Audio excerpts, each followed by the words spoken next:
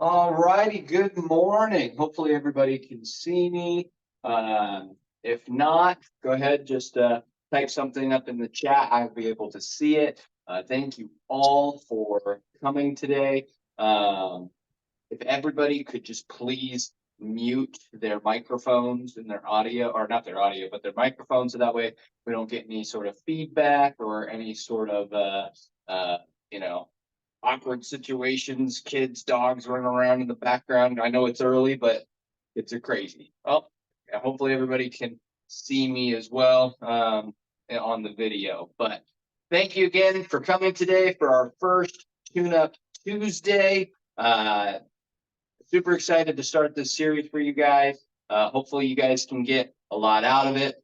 For those of you who do not know me, my name is Cody Foreman. I am a professional triathlete. I'm a corrective exercise specialist, and I am a personal trainer for Passport to Health.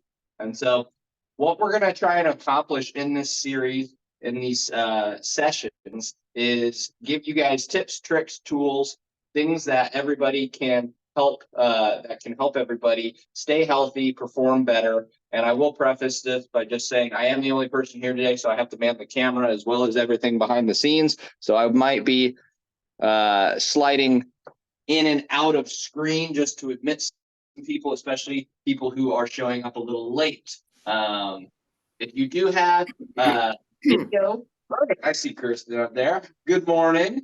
Hi guys. And so, hi. And so I was just letting everybody know, we want to make sure that audio is off unless you need to ask a question, so that way we don't get any feedback. And then we're just going to sort of give a brief introduction of how things are going to run here. Hopefully everybody got the videos from yesterday of the introduction, as well as equipment that we'll be using throughout these sessions, okay? But today is going to be all about things that you can do body weight, not only to prep for your workout, but also things that you can do in workouts, as well as how we can just do a little bit of tissue work at the end, all right? And so again, if anybody has any questions, flag me down by writing in a comment or undoing their audio and saying, hey, I got a question. But for the most part, keep your audio silent, and let's get to it. So with what we're going to be accomplishing today in these first, this first session, like I said, all about body weight. So all we're going to do is we're going to warm up the hips first, all right? We're going to do a 3-way lunge series, all right? And so we're going to start linear, but we're going to go posterior, all right? So what we're going to start with, I'm going to be profiled with the camera here so everybody can see me. We are going to drop back and drop down into 90-degree lunges, okay? And so, as endurance athletes, we want to make things very applicable to our sport. And so what we want to do here, I want everybody to use their arms as if they were running. All right, so as you step back, you're going to step back as if you were running. You're going to control that weight. You're going to stand right back up to center, okay? And then we're going to repeat, all right? I want everybody to do 5 on each side, all right?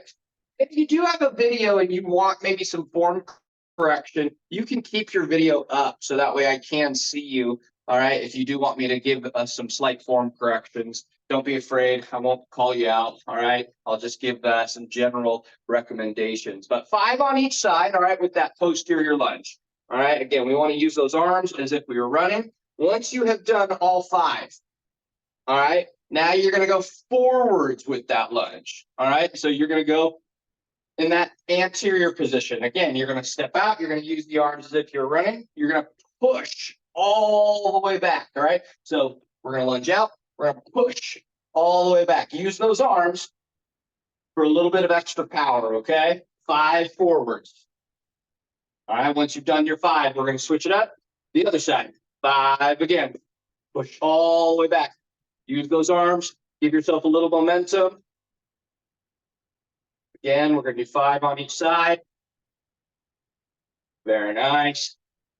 Perfect. All right, once you have done that 5th and final forward rep, now we're going to go to the side. We're going to go lateral, right? Now with this position here, again, we want to be able to use the arms almost like a skater. We're going to step nice out and wide. You want to feel a stretch through the inner groin. You want to sit back into the glute. Press through, swing those arms. 5 on each side. Once you've done all 5, switch sides. Perfect. Again, the other direction, use those arms, give yourself a little bit of power, focus on loading into that glute, warming up those hips, warming up those legs. Perfect. All right, very nice. All right, hips now warmed up. So we're moving into the upper body just a little bit before we start kind of the main workout. So what we're gonna do, we're gonna get the thoracic spine, the shoulder girdle warmed up. All right, we're gonna go through a nice full range of motion through the rotator cuff. All right, so we're gonna do like some scarecrows here. So we're gonna start with the arms down at the side. We're gonna pull those elbows up to this bottom scarecrow position. All right, we're gonna pull those elbows up. You're gonna keep the elbows where they're at. You're gonna rotate the hands up.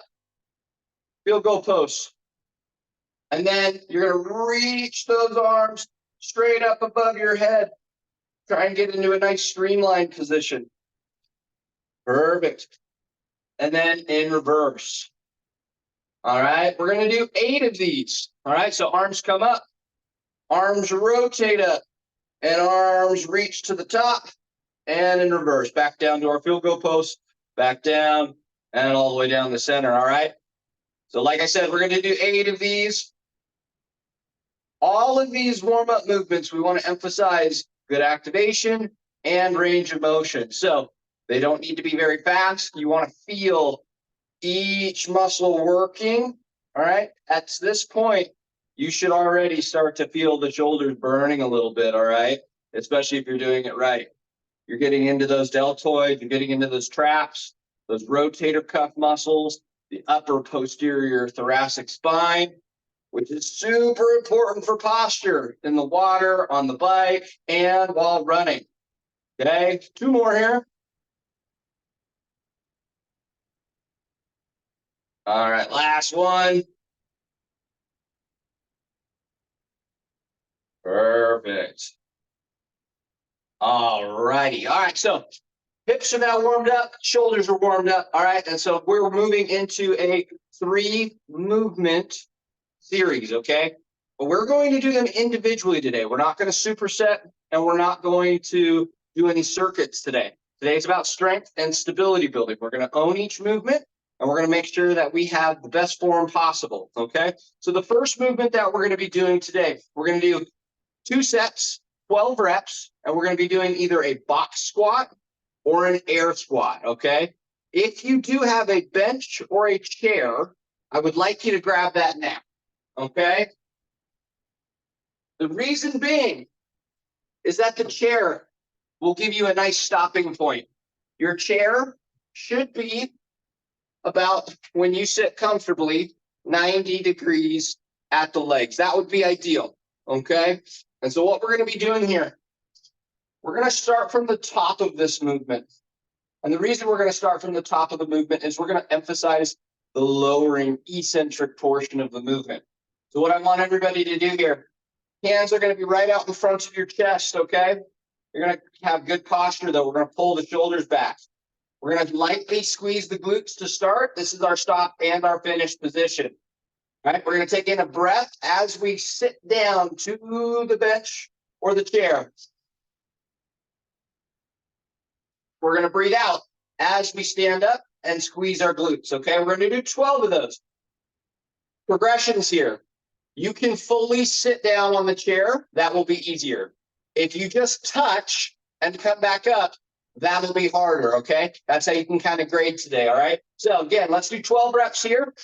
Breath in, sit down to the bench, breathe out, squeeze the glutes at the top, all right? And repeat. Keep going there, all right? Like I said, we're going to do 12 reps. When we are sitting down, pay attention to what your knees are doing. We don't want valgus fault. We don't want those knees touching. We also don't want super wide bow-legged legs. We want those knees to track directly over your toes, okay? All right? And so we want those knees to go directly over those toes. Breathing in, sit down. Breathing out, up and squeeze the glutes, all right? Once you have done your 12th and final rep, we're going to take a break, all right? We're going to take a 45-second break. Resting is just as important as the work, all right? This not only allows you to do everything with the proper form, so that way you're not overly fatigued, all right? But when we get into later stages of this training, when we start working more so with the bands, with dumbbells or kettlebells, if you have them, all right, the rest is going to allow us to do the exact stimulus we need, whether that's a strength training stimulus or a power-based stimulus, okay? And so we're coming up on about 40 seconds recovery here. So let's move into the second full set of 12. Again, reminders, hands out in front, good posture, breath in as you sit down, breath out as you stand up, squeeze the glutes at the top. All right, again, repeat, breath in. All right, you'll notice, especially if you're listening in on the video, you can hear my breathing. The breath work makes you powerful. The breath work supports your core. The breath work works your diaphragm, which makes you a better endurance athlete, all right? The diaphragm is what actually helps you create big lung capacity breaths, all right? And so finish up your set of 12. Focus on the breathing. In on the way down, out on the way up, all right? Very good. Okay, again, finish up your set of 12, and then we are going to take another 45-second recovery, okay? Go ahead. You can get rid of the box or the bench or the chair that you're using, okay? And then next, what we're going to do is we're going to get down on the floor, and we're going to do what are called eccentric push-ups, okay? So eccentric push-ups are a very easy way to get a lot of load, do correct form, and not overdo things, all right? So the emphasis here is the lowering portion of the movement, okay? So we have 3 muscle phases, okay? We have the eccentric, which is the loading phase. So that's like dropping down on a squat, dropping down on a push-up. That's landing while running, okay? Then we have the concentric phase of movement. That's the active work, the standing up, the pushing up, all right? The pressing off the ground while running, the pushing of the pedal strokes, all right? Then you have isometrics, and that's mostly core work, which we'll get into at the very end today. So what we're going to be doing here, everybody is going to be down on the ground, ready for their push-up position. If you do have shoulder issues, okay, it's okay to be on your knees. It's okay to do a slightly different variation where maybe you're elevated on a bed or a table, okay? Don't overdo things, all right? No superhero moments here, just good, consistent work. So you have a couple options here. Again, you could be on your feet, all right? You can be down on your knees, all right? And then as far as the push-ups go, you have 2 options. Everybody is going to lower slowly. 3-second lower to the bottom. You can get up any way you need to, all right? So if that is getting up like that on your knees, that's fine. If it's getting up through a full push-up, that is also fine. We're going to be doing sets of 5 here, okay? Sets of 5. The control is the important bit. Challenge yourself. Do as much as you can. If you can't push up on your feet, push up on your knees instead. Go down on your feet and push up on your knees. Okay, we're breathing in on the way down. Out on the way up. All right, sets of 5. And we're lowering. 1, 2, 3, push. Lower. 1, 2, 3, push. All right, perfect. Once you've done your set of 5, take a small recovery. All right, again, we're going to go 45 seconds rest here. All right, so with these push-ups, okay, the emphasis is the core and loading eccentrically, all right? And so again, that allows us to do a lot of muscular work, which allows us to build a little bit more muscle and get stronger, okay, by controlling the movement, all right? So again, play around with your particular variation. Lots of options with a movement like this, so that way everybody can do them, all right? But again, what we're doing is we're focusing on the control. We're going to do a set of 5. Everybody's going to do them together now. I'm going to count it out, so everybody join in. All right, everybody's going to start on the up position. All right, again, breathing in on the way down, out on the way up, down. 1, 2, 3, push. Number 2, down. 2, 3, push. Number 3, 2, 3, push. Down. 4, 2, 3, push. Last one, down. 1, 2, 3, push. Very nice. Good work, good work, good work. All right, so everybody should start to be, feeling pretty warm now, all right? Even just body weight movements, right? Body weight movements set the foundation for our strength training. And so you want to be really good at these movements. If you're struggling with these movements, whether or not it's, I have a certain mobility issue, or, hey, I'm just not as strong as I'd like to be, all are fine. They are workable, right? Okay. And so you've got a couple options. Either A, you can commit to, again, coming every Tuesday and seeing me. All right. And so that way we can continue to work on these things together. You can also hire a professional. All right. Again, whether that's somebody, that's already connected with you guys. I know Luis is on the team. You guys can come see us, Passport to Health. We're open, 5 days a week. You can come see us, call us in, schedule, come and get your program written up, come and find out what issues you can work on to make yourself better. All right.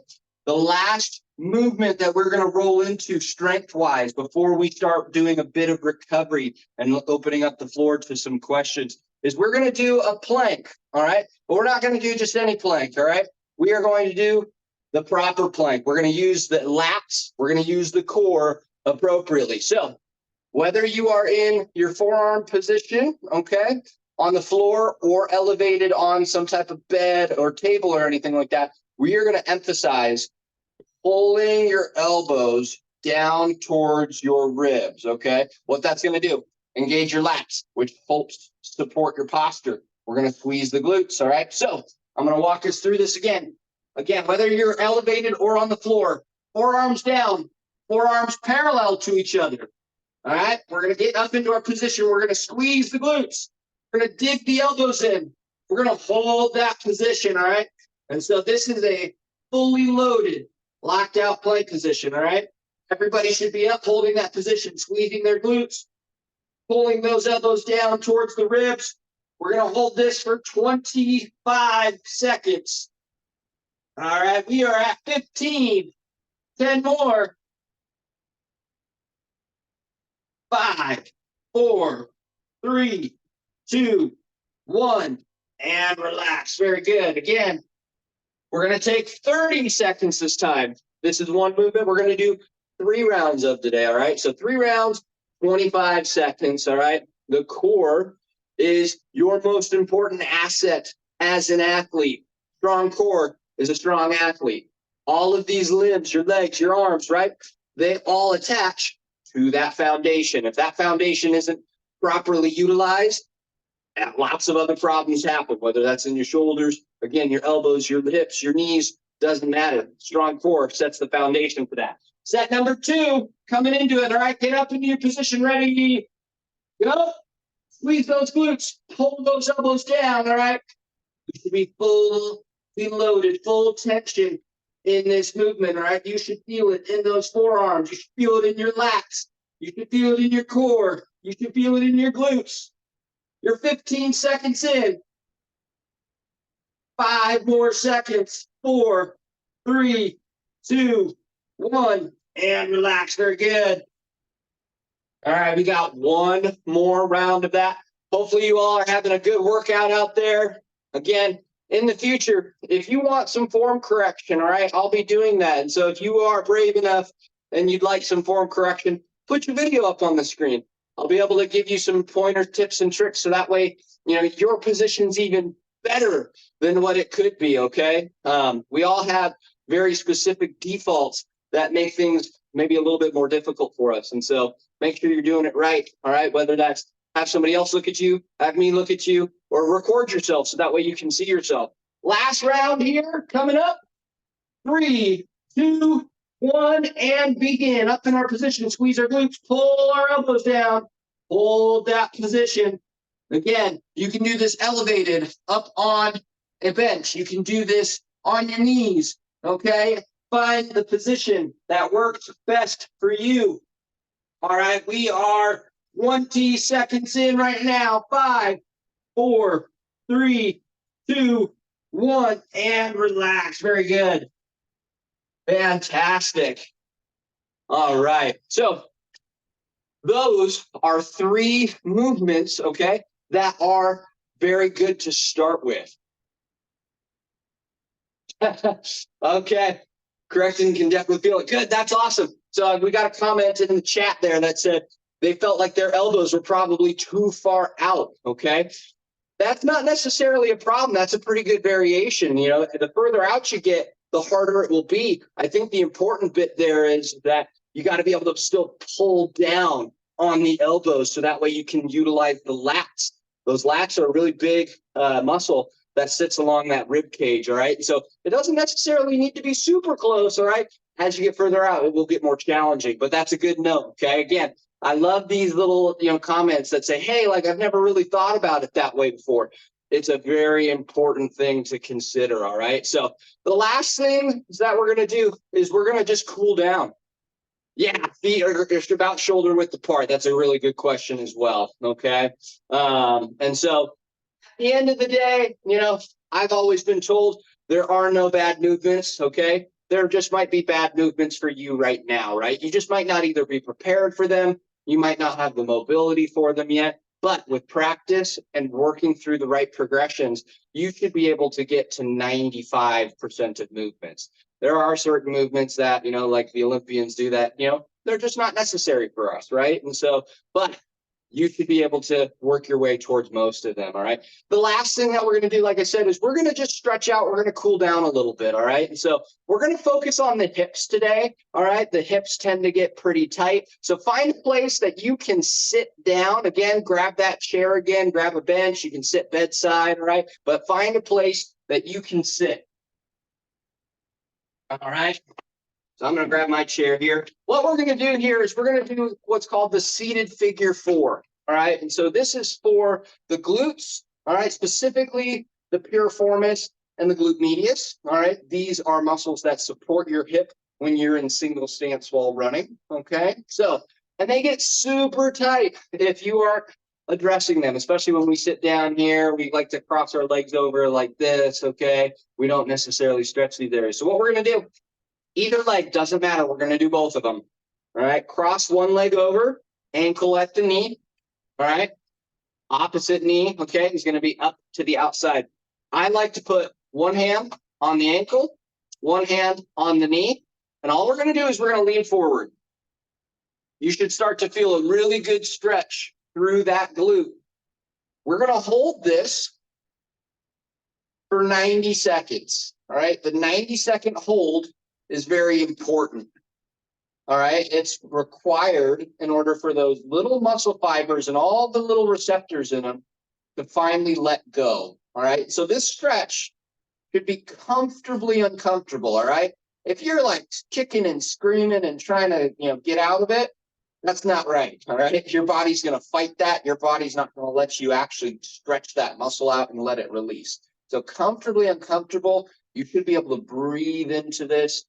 Sink down into that movement. Feel like you're just melting into that stretch. All right. We're going to hold this for about 10 more seconds before we switch sides. All right.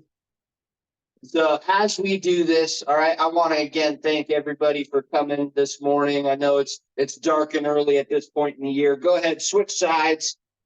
Again, we're going to cross that leg over, ankle on the knee. I like to, again, put my hands on everybody's ankles and knees. Well, I haven't been doing this before. That's right, Kirsten. This one's so good and so easy.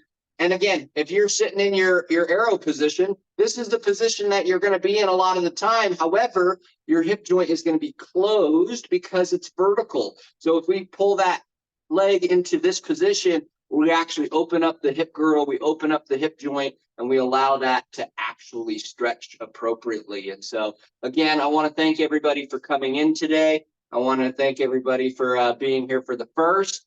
Please let everybody know that this was a really good session, especially if you got something out of it today. All right. At the end, I'll just highlight anything that that I would like for people to grab. All right. I did provide a YouTube link. Feeling this much more in my hip rather than my glute.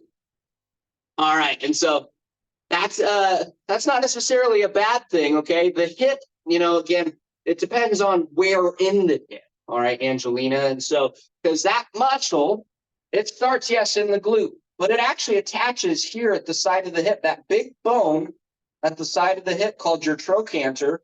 That's where these muscles attach. And so if you feel it more on the side of your hip, like right here, that's okay, because that's actually where that muscle attaches, okay? And so not necessarily a bad thing. If it's not in that particular spot, I'd be curious where. And so that might be an indication to say, okay, I might need to, have either some help video-wise, get some tips, tricks, and pointers, or come in and get an assessment, all right? And so either way, all right, we'll find a way to make that work for you, all right? But as I was saying, I posted 2 videos yesterday to the STC group, all right? And so one of them was an introduction of what this was all going to be about, all right? We're going to work on your mobility. We're going to work on your strength. We're going to work on your power, all right?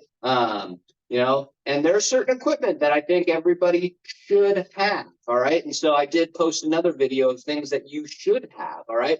I'm just going to grab a few things around the office here, and I'm going to highlight those things now just in case you didn't see that, all right? So as far as a mobility perspective, everybody should have a foam roller and some type of ball.